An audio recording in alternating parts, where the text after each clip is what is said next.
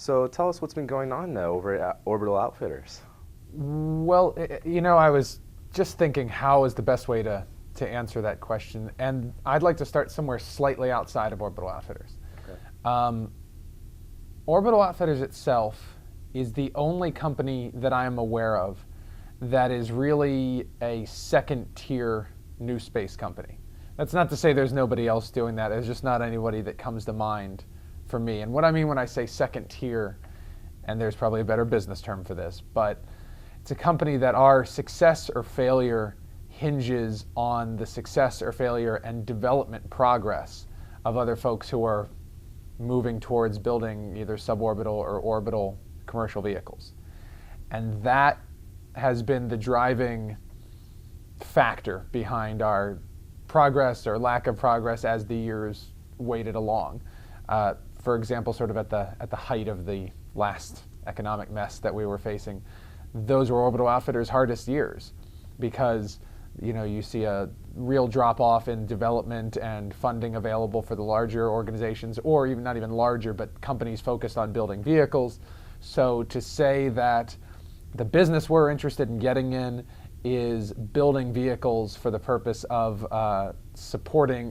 building suits for the purpose of supporting vehicles that are not yet there and are either delayed or they don't have any money or whatever, that really slows down progress. And then even as progress begins to speed up, the question for Orbital Outfitters starts being, well, how soon are folks going to need a suit? And I know you saw my talk earlier. I describe it sort of fallacies that we face when we look at trying to sell our products are that folks treat suits as the clothes they wear on launch day. They say, okay, well, I got to build a vehicle and I got to make sure all the parts are together and I got to make sure everything works. Oh, and then a few weeks before we fly, we ought to go get suits because the guys got to look good when they fly, and it's not like that. A suit is a safety subsystem that needs to be integrated with the vehicle. And the best case is the minute you start thinking about everything from life support to cabin design to seats, that you're hand in hand investing effort in putting suits together. And so for us, we've seen the last 2.5 years have been sort of a steady ramp up in activity at our organization and improvement in sort of how things are, and that is far less a factor of our innovation or whatever efforts we're making, and far more related to the fact that the industry has not only sort of gotten a little more on its feet as the economy is recovered and whatnot, but as people are starting to get close enough to flight that while it's not as bad as the sort of satiric comment that I made before, they are getting close enough to the flight where they're saying, oh man, we really do need to start worrying this problem. We're finalizing panel designs, we're finalizing life support concepts, or even hardware. Actually in most cases it's hardware. We're finalizing the seats, and we're finalizing the ingress-egress procedures, emergency and normal, and we really do need to start getting to dealing with suits. And so for us, that's seen a pretty steady uptick in our activity. In terms of specifics, what uptick in activity has meant for us is we've taken what were prototypical designs and done significant refinement and gotten to the point where we know exactly that we have our performance exactly where we want it to be. And it's hard to offer you a good metric, but I can say that I believe our performance is the highest in the industry.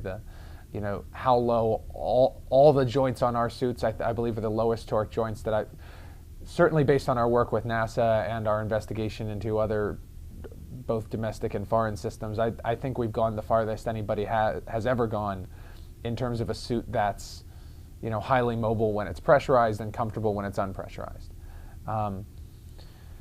Equally, one of the things that I talked about in my talk as well is that we are forced by the nature of the commercial spaceflight industry, that is the range of body types we're going to have to deal with, to look into ways that you size a very wide range of individuals while maintaining the maximum economically possible performance out of a particular suit.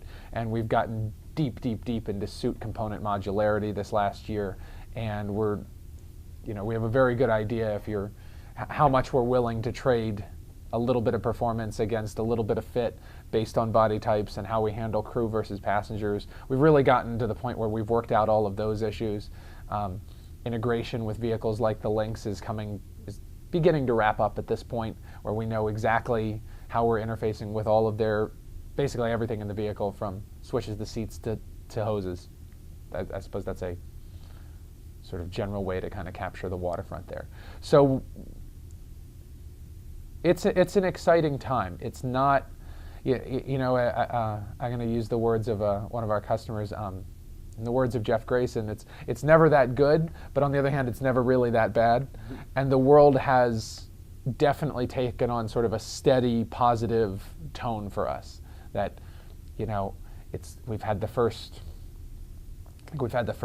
maybe 2 years of less lumpy cash flow than we've seen, and that's not to say anything good or bad about our customers, but as you start to see customer stability, we're beginning to see our own stability, and it's nice to be able to make forward projections about this is what we're going to do, and make, even if they're internal projections, with some kind of comfort, rather than saying, well, we're going to do this so long as they manage to pay for it.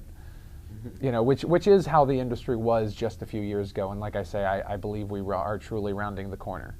So cautious optimism would be how I would describe sort of a cautious but positive outlook. I mean, I think we're finally coming to the place where we've all wanted to be. And,